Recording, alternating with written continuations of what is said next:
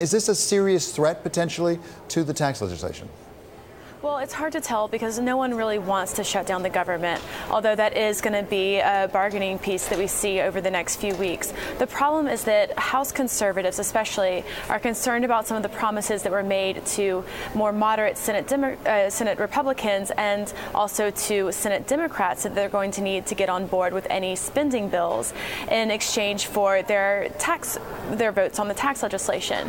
So they're concerned about some of the horse trading that went on over there that could end up costing the government more money. However, they didn't show any of that same concern when it came to the deficit impact of the tax legislation that they passed in the House. Right. Anna, and just to take a step back for a second, we've been here before, but refresh our memories.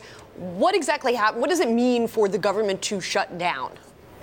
Right, so we're operating under what's called a continuing resolution since September, when, if you remember that Chuck and Nancy deal that the president struck with the Democratic leaders, that just kept the government open until December 8th. So now we're up against that deadline. They want to use another continuing resolution to extend the current levels of government funding until maybe December 22nd, maybe December 30th. And then they're going to need another continuing resolution because their appropriations bills aren't ready yet. The House has passed their appropriations bills, but the Senate still hasn't passed theirs.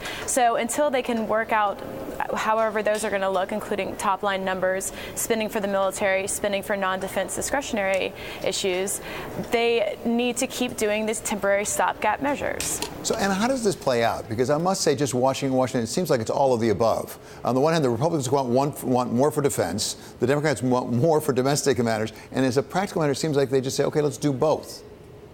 Right, and that's what conservatives are warning about, that whenever you have to strike a deal, it's kind of ends up being more spending for you and more spending for me, which means more government spending, and which will, of course, add to the deficit. Although, as I said before, those deficit concerns weren't present on the tax cuts that they just passed.